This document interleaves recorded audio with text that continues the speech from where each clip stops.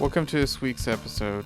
In this episode, we talk to Laura Rivas, the director, writer, and executive producer of the web series Tiny Laughs. If you want to know more about the podcast, please follow us on Instagram at Creatives Podcast 2020. Enjoy the episode.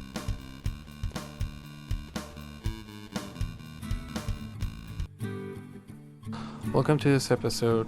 I talked to Laura Rivas, the executive producer, writer, and director of the web series Tiny Laughs.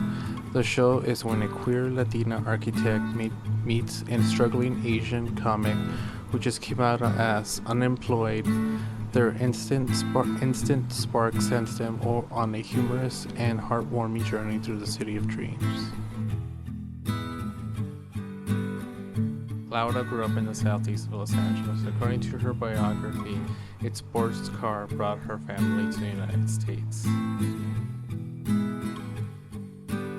I sat down with Laura in a busy coffee shop in the southeast of Los Angeles. We discussed technology, the media industries, finances, and she gave advice for people of color who are trying to succeed in the entertainment industry. Here's my conversation with Laura. I grew up in Southgate, which is not too far away from the city of Bell, which is southeast LA in Los Angeles. I went to Cal State Northridge up in the valley. I studied film and television with an option in multimedia, and I also double majored in French. And I lived in France for a year, which was one of the greatest experiences I've had. And I'm excited to talk about my web series that I directed and executive produced. It took me 3 years to get here, but I'm happy I'm here. So after Cal State Northridge, you started interning. Yeah, I had a lot of unpaid internships for almost like a year. I did take an internship more catered to my option multimedia. I did a web page for LA Consumer Affairs, which is I just wanted to try it out and see should I stick to film or should I just stick to more multimedia? And it was great. The department was really nice, but I knew that I wanted to pursue more something artistic. So I was just no, let me find more internships. I wish I would have taken internships since my freshman year, but I had no car. But it doesn't matter. My journey led me to where I am now, and I also joined a TV diversity program during that year and a half that I was doing unpaid internships, and basically they taught me how to write, produce, edit promos for TV or syndicated shows, and that landed me an internship at NBC. So I was there for 6 months, and I was one of the only interns they allowed to edit a piece. So I got to interview some of my famous actors, Amy Poehler. And I edited the piece, so that was even more gratifying to me. And from there, I went to work for another studio. I learned a lot. I was there for a couple of years. And outside of work, like I said, I've been working on the series for a long time. But I was really determined to take my career to the next level and really pursue directing. And so I just saw that there was not a lot of opportunities, and I was just all right, if nobody's offering me any opportunities, then I'm gonna use all my resources and my OT that I usually worked to finance my web series and create my web series. And so I'm really happy to have accomplished that, and now a licensing deal with Reverie.tv, which is a LGBT Netflix style platform, which is owned by NBC Comcast. So it's also in their platforms. And so my web series is 5 episodes. Each episode is between 5 to 8 minutes long. It's about a queer Latina architect trying to get a job promotion. And she goes to an improv class, and that's where she meets her love interest, who's an Asian American stand-up comedian / actor who's trying to pursue his acting career. And so if you think about Insecure meets Master of None, that's my web series. It's called Tiny Laughs. You guys can follow us on We Are Tiny Laughs on Instagram, Facebook, and Twitter. Oh, great. Yeah. So What inspired you to, start, I understand there's a lack of diversity within the, media industries.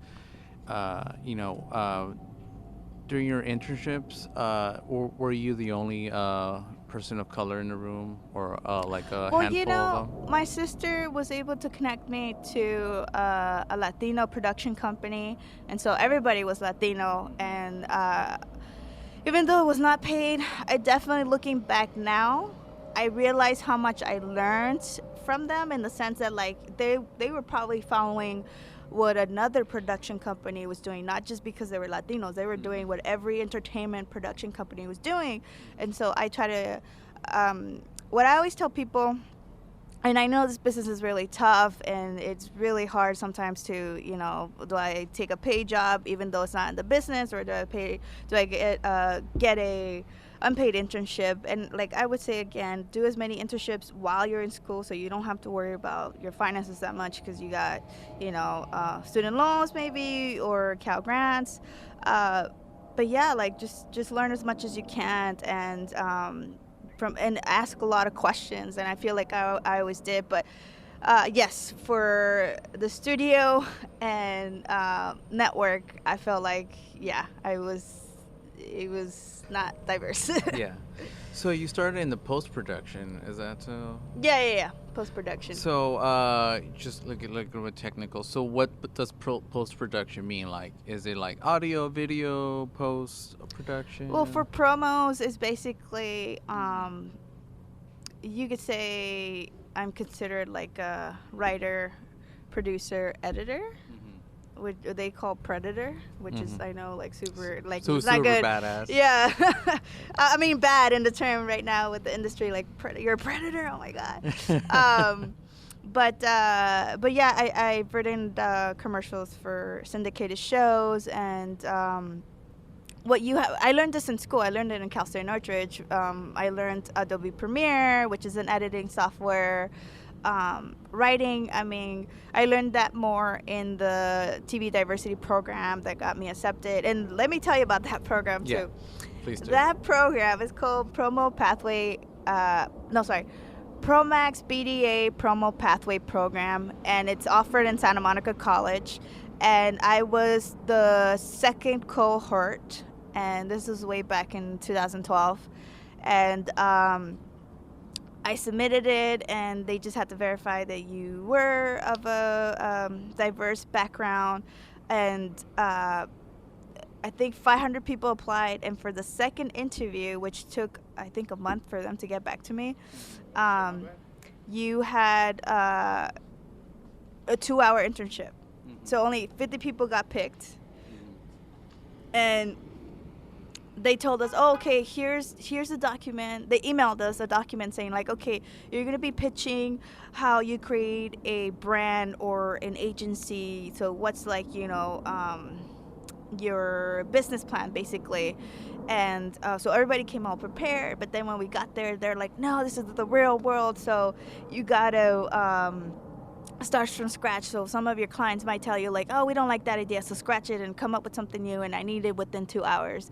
And so I individually went to pitch myself to these executives, and basically they asked me to pitch myself in a commercial without me being in the commercial, and I had 30 seconds to sell my brand. And then they offered feedback, and I was like, oh man, I didn't make it or whatever. But then the other part of the interview was that we had to get a group of 5, and in that group of 5 we had to again resell the company. And so everybody, within 30 minutes, we had 30 minutes to prepare and 30 minutes to maybe less, maybe 15. Wow. To sell a company and why it was the best company and stuff like that. And then, I got accepted. So out of 500 applicants, only 25 got picked, and I was one of the lucky 25. Wow, congratulations. And yeah, it was a year program. And so during the day, I had to pay the bills. So I took a job in a school in South Central as a campus assistant. And then at night, from 6 p.m. to 9 p.m., I was taking the class. But the program, Pro Max BDA Promo Pathway guaranteed us paid internships. I don't know if that's still what they offer, but it's still a good program to get your foot in the door. And so I interviewed for ABC, for Fox, for ESPN, and ultimately I got an internship at NBC, which was really great and really opened up some doors for me. But yeah, I mean, the lack of diversity has been tough to see, you know, because when you're in school, you know, you're giving so much knowledge to students, and it's like, yeah, you can be this, you can be that, and you can be that, and then you're in the real world and you see all the obstacles. And but one of the best things is just like I always liked editing anyway, so for my internships I always demonstrate that. I'm saying, like, always tell people what you want. And so the first day I told them, like, hey, you know, I want to go to the Parks and Recreation set. I don't have to do anything, but like, it's one of my favorite shows. And then at the end of my internship, I got to interview all of them. So, you know, so that was really fun. But yeah, like, just learn as much as you can at school, or practice, even if you're not studying this career. Practice recording videos on your phone, and then, you know, you don't have to really. I mean, when you do apply to positions in the industry where they require you to know Premiere and other softwares like Avid, which is also an editing program, then of course you have to learn that program. But if you want to learn the basics, then you just have to do any program you get on Google apps or iPhone apps or whatever, and start editing and get your technique up to date. Well, you recommend to stick to Adobe Premiere, because I've noticed that at a lot of like especially news and radio are using it. I mean, it's the most accessible and affordable. So yes, you know, if you want to get better and you really want to pursue editing, or it's something in post-production, then yes, Adobe Premiere and Adobe After Effects. And I think there's another program, but you could do a lot of sound mixing in Adobe Premiere. You mean Adobe Audition? Maybe, I can't remember the name, but it's probably that. But I know, like, industry prefers Pro Tools, which is really specified on audio. And just, you know, again, even though, I mean, I'm super young, but I feel like even after graduating college, all this software just became more affordable and accessible to people. Yeah. So, like, again, just Google stuff and really research what you want to do, and you know, even go to community colleges, teach Adobe Photoshop for like $10. Really? So yeah. Oh. So I mean, again, you know, I think. Or maybe it's just me that I just didn't realize that, but my mom did raise me and my sister to go to the library often. Oh, me and too. I don't think enough people realize how much the library is a good source for people. Yes, it is. And there's a lot of, I think you could get lynda.com for free. Yeah, that's one that I recommend. Lynda.com teaches you like Photoshop and the Adobe Suite. And one software that I use that is similar to Pro Tools, but not it's more accessible. It's an open source software called Reaper. Okay. You could Google that, and I just downloaded it this past year, and it's pretty much almost like Pro Tools, kind of similar. But I do use Adobe Suite, so the Premiere and the Audition and the After Effects. Yeah, but I think now it's more accessible. When I was going to community college, it was like $1,000, $2,000 just for Pro Tools. Yeah. And then you have to buy the computer and all that.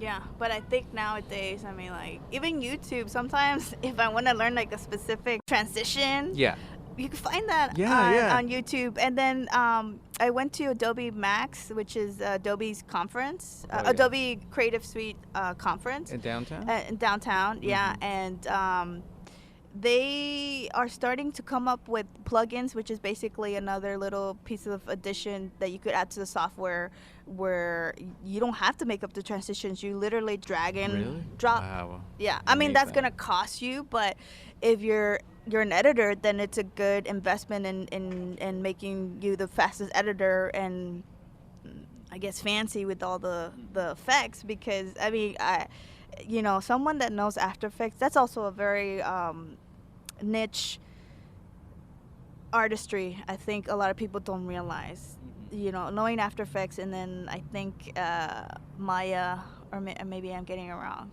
but motion graphics people Oh yeah. are amazing. Yeah. The for new stuff and Just for anything, a music video, like they can do so, transitions in the sense that because I used to work a lot with like presentations, and not your typical presentations like PowerPoint, like presentations in the sense that it's a video reel of like the best work or whatever and representing who you are. And we would have themes, so it would be like, it's gonna be dark or dramatic, and so like the motion effects guys would make a scene where somebody got shot, and then make the whole room like close in, super dark, which technically an editor can do, but it's gonna take a long time to render all those effects. Yes, of but course, yeah. with motion graphics, it's just like, okay, cool, like we have the software to do that, so that's what I mean about transitions that are really effective and also storytelling. And so what kind of hardware you guys were using? Because I know people they love to play, oh, it's all Apple and like.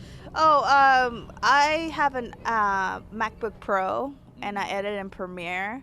Like you were saying, back in the day, a couple years ago, let's just say 10 years ago, that it just made the most sense, because all these PCs, they were just like Garbage. Yeah, so it's just like, okay, I don't have an iPhone, which a lot of people find shocking. Me I'm too, all I don't about a have Samsung. Yeah. And my friend who has an iPhone was like, oh, your phone takes better pictures, and I was like, oh, there you go. So but for editing, I think it has the capability, especially if you're always on the go and you just need a laptop real quick to edit certain things, then I think MacBook Pro. But I think if you go to Fry's, which is an electronics store, they have they could help you build a computer that's probably the same amount as a Mac. But I mean, again, I don't know. I haven't done research on a PC laptop that can like really edit and stuff like that. But for something like at home, we recommend like a tower. Probably, honestly, because if you're going to pursue editing full time, that you're going to have a lot of effects that you have to render. Now it's freaking crazy to think that people are working on 8K. No way. I know 4K. No, people are working on 8K. No way. Yeah. The cool thing about it, editing wise, when you're working with 4K and 8K, is you as an editor can create new shots, but then that kind of borderlines like who is the director, you know what I mean? So if the director shot it a certain way, but again, if you're just doing like a pitch trailer, which is basically a concept of like what you want a series or a short to look like, and you got 8K footage, and you're like, oh crap, like they have a fighting scene, but it's a wide shot. You could zoom in on like that hit because it's an 8K, so you have all the resolution in the world to do that. True. Wow. Yeah, the first time I saw 4K, I was actually I was somewhere and they're playing Wizard of Oz, and I was like, oh my god, who remade that into a musical? It was so realistic to me, but it was just in 4K. Yeah, it was just like, wow. And like right now I'm still on school, but they keep telling us don't do the internships, because what happens if you get the job? But from your experience, you say to do the internships. I'm not saying to do internships over your degree. I've seen people not have degrees and get in, but honestly, they got in because they nepotism, honestly. Yeah, Nepotism, I've seen or, that, or, yeah. or you know, they just click with somebody at work, and they're just basically a favorite. And if that works for them, cool. But honestly, as a person of color, I think it's always best to have your degree.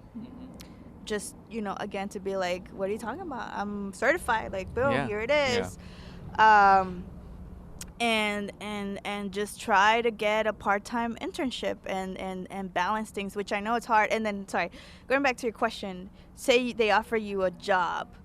If it's summer, why not? Yeah, If you're 'cause not, you're not in school. Yeah, you're not in school. So try to figure that out, or try to negotiate, like, hey, I'm still pursuing my career, but like, definitely I want to take my I want to be in this career, but I want to get my degree. Can we work something out for next summer and stuff like that? And if they already want to hire you, then I think they'd be willing to negotiate with you and say, like, yeah, go, we'll come back in the summer, yeah, and we'll offer you something. Oh, cool. Yeah, I was gonna ask you more about your show. So, what inspired you? Like, 'cause I saw the trailer. It's about, you guys shot a lot of scenes in Southgate, right? Yeah, Celito Cafe. Yes, yeah. Yeah, It's in yeah. Atlantic or Pacific? Atlantic, I think, but it's also close to Pacific. I can't remember the exact address, but yeah, like, I talked to the owner, Daniel, and I was just like, hey, I have like $200. Can you, like, let me film here? A lot of my friends been telling me about your shop, and he just saw me, and, like, I don't know what he was thinking in his head. Not to say that I'm not grateful. He was just like, no, I got you, and like, Yeah. don't worry about it. You don't have to pay me. And I was just like, what? Like, that's great. And so I appreciate it. And like, we ended up filming 3 times, 3 different days. Really? 3 Wow. times, yeah. So, and I bought the whole cast and crew, like, drinks and, muffins or whatever to support his cafe. So I'm always really grateful. And yeah, but I mean, my goal with the series was to make it as authentic and relatable as possible to the community I grew up with. And so we filmed in Southgate, we filmed in my sister's house, we filmed in a theater in central LA. We filmed in my car. Okay. I mean, low budget indie. And then one of the actresses had a studio, and so that became the protagonist Valentina's architecture firm. And so, and then I rented out another space. So again, that's why, like I said, I invested it a lot. I invested 6 months of my own savings. But I mean, I worked long hours. I used to work when it was pilot season. I used to work from 9 a.m. to 2 a.m. Monday through Saturday, and then Sunday 9 to 6 p.m. So I was just like, all right, I'm gonna put all this money to, And then I also thought about, like, am I gonna rent equipment? Am I going to just buy the equipment because I want to pursue directing? And so I just decided on a couple things to buy, and then I rented some audio stuff. And of course, a lot of help from friends and family. So very appreciative. Again, like I said, this is a community effort, and I appreciate everybody. I appreciate I have a lot of musician friends, and my music supervisor, Maria. Sorry, I don't know why I'm saying it wrong. Mayra Cortez was a great music supervisor, and she found other music. Wasi, which is an LA native band. I mean, all these bands are LA natives, actually, and also queer. And so I just, again, I was authentic, and I'm hoping everybody will love the series and, follow these wonderful artists as well. Yeah, when I saw the trailer and I saw the clips, I just felt that real authentic, because like our stories are not presented in the mainstream, even less Southgate, the southeast of LA. So thank you for sharing that stories. But I mean, so how long did it take you to shoot all this? Because you said it was a community effort. Yeah. Me and Rakshan, my co-producer and writer, we spent, I think, 6 months to develop the story, and then it took me another 6 months to figure out, like, the equipment and locations, and another 3 months for casting or so. And then my goal was just like, okay, by the end of 2017, we're going to shoot this. And I have a cast of like 18. And we shot in the weekends of November 2017 and December of 2017. And then we were starting post-production in 2018. I did a couple B-roll pickup shots in 2018. And then, post-production took the longest because, I mean, me and Roxanne were doing everything. Oh, wow. So, you know, I could edit, but honestly, I was, like, beyond drained. So, very fortunate that I have very awesome editing friends who've been editing for years, and they agreed to edit it for free. And so I had 3 editors. I had 3 editors, and then it was just like figuring out time to meet with them on the weekend. And I was at that time too. I was also directing other shows, like my friend's show, the Forever Kayla show, which is like a talk show, and yeah, I was just keeping busy and just again building up my resume as a director. And but yeah, that's why it took a long because I didn't want it to be, you know, like I knew it would always have heart, but I wanted to be as professional as possible, being, you know, worked for major companies and seeing the process that they make to make a show stand out. And so I did everything possible to make sure it's as professional and could stand out in the crowd. So, in terms of scripts, how many drafts did you guys do? 7.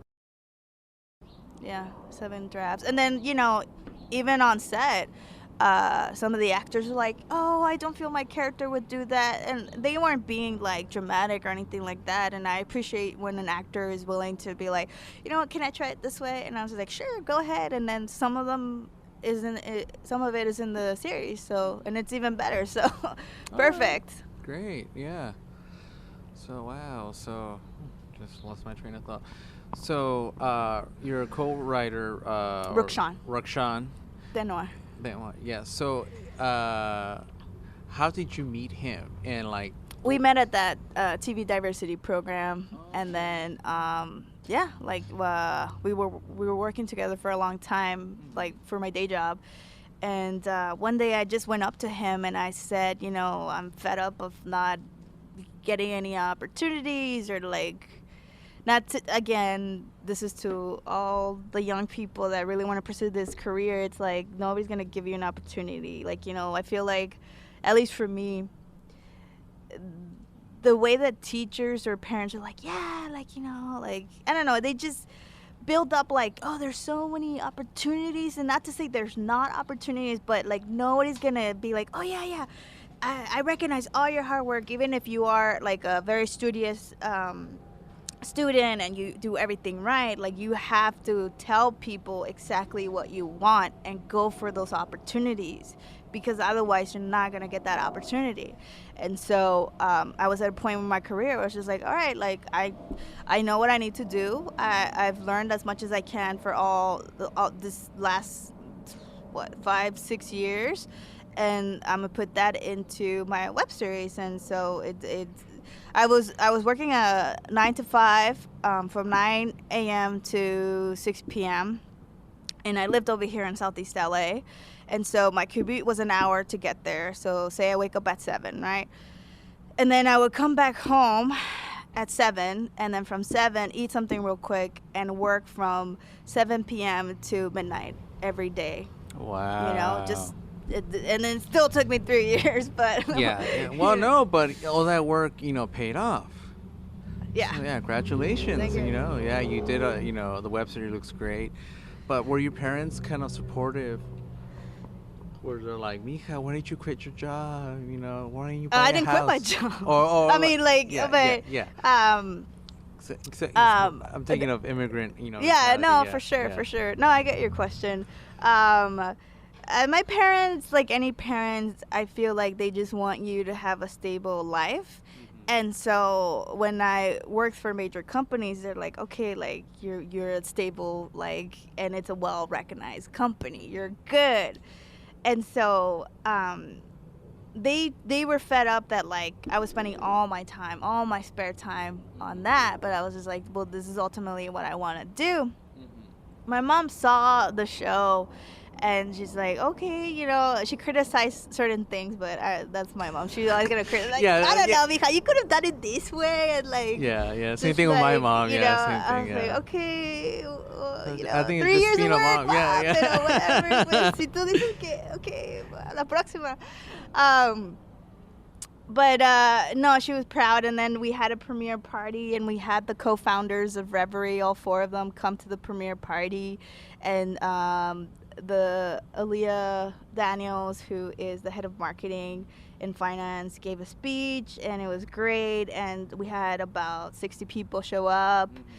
We had portos for everybody. Oh, nice. So everybody was really happy, and then the bar was really good. We got it for free, and too, again, this is especially for people of color. This is something that Roxanne really taught me. Like, I knew my family knows me as like a cheap person, or like same here. You know, and I'm just. But Roxanne really taught me how to like really negotiate stuff, and we found this place through one of our musicians, Patrick Cepeda, called Club TG, and I just talked to the manager and I said, look, I really don't have any funds, but like, could we use your space for a couple hours for just to screen our 2 episodes? It's about 15 minutes or less than 15 minutes. And then he's like, okay, cool. I'll tell you what, you'll get the place for 2 hours. And just, you know, make sure that if you guarantee me you're going to have like 50 people, that they get drinks. And I was like, oh, okay, can we have food? And he's like, yeah.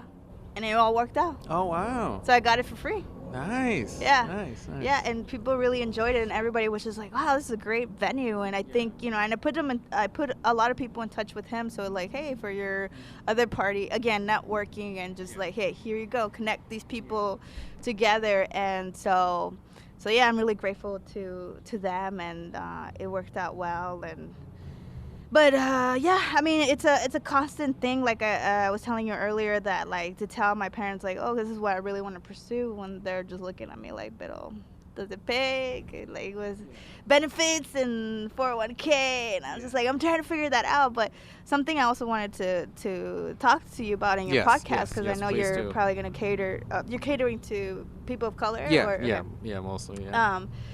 Is one thing I've been realizing, not that I didn't realize it sooner, but I just, you know, I was a consultant for such a long time, so I wasn't staff, I wasn't offered the full benefits, but it definitely did offer me, like I said, an insight into how a show is created, and I use all that knowledge to create my show. Is in college, or even in this stage, I don't know what stage you guys might be, but figure out your finances. And one of the things that I've been doing is trying to figure out like investment, and I talked to a bank, a credit union bank that's for like entertainment, and I said, look, you know, it's free. Like, I think any bank has it, but the bank that I'm specifically a part of, it's for entertainment. And so I signed up for a consultation of like, what can I do to create more wealth and invest. And he actually called me. He's like, oh, like, you know, we'll do a phone call, a 15-minute consultation, and then from there we can go and move forward. And he said to me, well, like, one of the biggest concerns that you need to focus before you invest is to save, which is basic. But I mean, it's hard. I know it's really hard in LA to save, but if you can just maybe try for 6 months to not go out or not like go eat at restaurants, no matter how small, like getting a pizza that's like $5 gone, right? That you could invest to like me, like a lot of Americans have student loans. I have $7,000 left, but still they're there. So if you save up those 6 months without going to restaurants or like the movies or whatever, and you see how much you have, then you can start like, okay, cool, like let me make a budget, and now I can pay off, like say you have a credit card that it's the interest is so high that you just need to pay it off, you can pay that off and then move forward. But he basically told me that I couldn't invest in my money into the stock market because I need at least a year to cover my living expenses. So that to me was mind-blowing. Like, it makes sense. It makes sense, all of yeah. this financial stuff makes a lot of sense.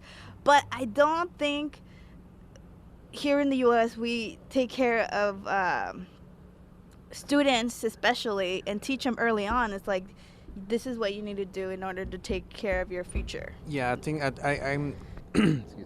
So I think you're arguing that we need to teach financing, like literacy. Yes. Like literacy in financing. Yeah. Because, like, you know, it's hard for me to see kids, you know, like, I mean kids, anybody under, you know, under 30, you know, that always going out and they don't save. I'm throwing shade at some of my relatives. You know who you are.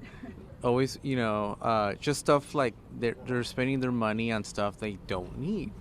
And they're not investing, like, on themselves. Yeah. Like having a savings account and like saving up money.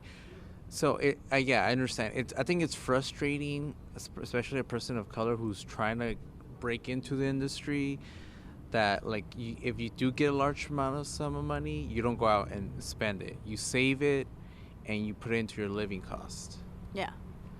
Yeah, but I mean, it all depends on people's situation. And like I said, for me right now, I'm just trying to figure out how, like you said, like you're in this industry and there's so many events.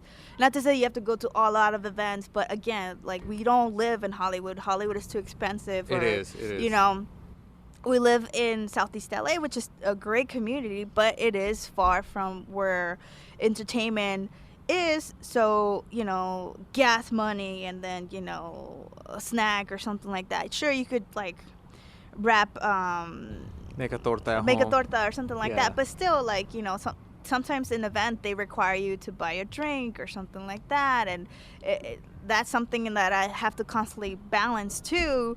But I try my best to not spend any money. You know what I mean? But like, one thing though, I will say that one of a fellow Latina director for Colombia came and she told me, well, felicidades, Laura, like, you know, this is the best investment that you could have done for your career. So in the sense, you know, stuff like, it is a lot of money that I spent on the series, but it's like you said, it's an investment in myself. So, you know, if your parents are like, oh, why you pay, you know, $1,000 for a course on like sound mixing or something like that. But if you want to be a sound mixer and that's really going to help you with your technique, then it's a true investment. And just, you know, unfortunately, I feel, especially in the U.S., people have to take 2 jobs just to live, which is freaking crazy. Yeah, it is. But I mean, you know, especially when you're younger, just hustle as much as you can, and again, save as much as you can, and of course treat yourself once in a while. But like, for me at least, I would say, like, I've treated myself with like trips to France and stuff like that, and but I'm still very like budget friendly, of like, oh, this is how much I'll spend tonight, or like we could go to the grocery store in France and buy, you know. That's what I do when I travel too. I'd rather go to the grocery store and make myself a meal at whatever Airbnb I'm staying. Yeah, and then you know, go to the beautiful parks and museums, and that's it. But yeah, that's just something I wanted to tell people, because it is a very expensive career. So, but I think any career is expensive now, like, you know. Well, yeah, especially in LA. But if, like, just looking back too, because like I've met like recognizable up and coming directors, and they're like, "Hey, do you know of a job? Like, I pay my bills." And I was just like, "Oh, crap." Yeah. I know people in the industry too. I have, like, you know, I know some of my professors, you know, are part-timers and they're like hustling on the side. It's crazy. Yeah, It shouldn't be that way. Yeah, it shouldn't be that way. No, It shouldn't yeah. be that way. And then it's like, it's not like I freaking took out loans to buy a house, or not a house, but like a car or something like Yeah, that. exactly, yeah. I took it for an education, and I'm still like, but no, things, like you said, like things are coming out of my web series, and Yeah, I think all the hard work all the money you invested in yourself and education and teaching yourself, like, the writing, it's seen in your web series. thank you. Yeah. So you did invest a lot in, in yourself to produce this web series. So now, like, you're like a director. Yeah. I'm hoping to direct another short in the next couple of months, and then I just signed up for an improv class at Second City in Hollywood. And because I just wanted to get more of an insight of, especially because I want to pursue more comedy, directing comedy. And it's like, oh, perfect. Like right now, it's the opportunity to again invest in myself, and also it's just like good for the heart, to laugh more than exactly, yeah. So I just took my first class last weekend. And I'm just hoping I'm going to a Latinx writers meetup right now. It's called LA Lista in Boyle Heights. And looking forward to connecting with writers and seeing what else I can direct. Cool. Yeah. You have anything else? I don't know.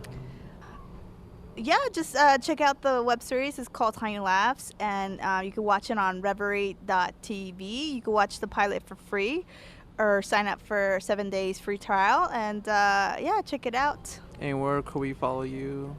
You can follow me at Instagram at LAURA RIVAS, Laura Rivas. You could follow Rukshan at RUK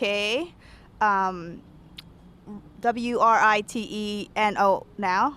Rook right now, and check out our Spotify, which is Tiny Laughs.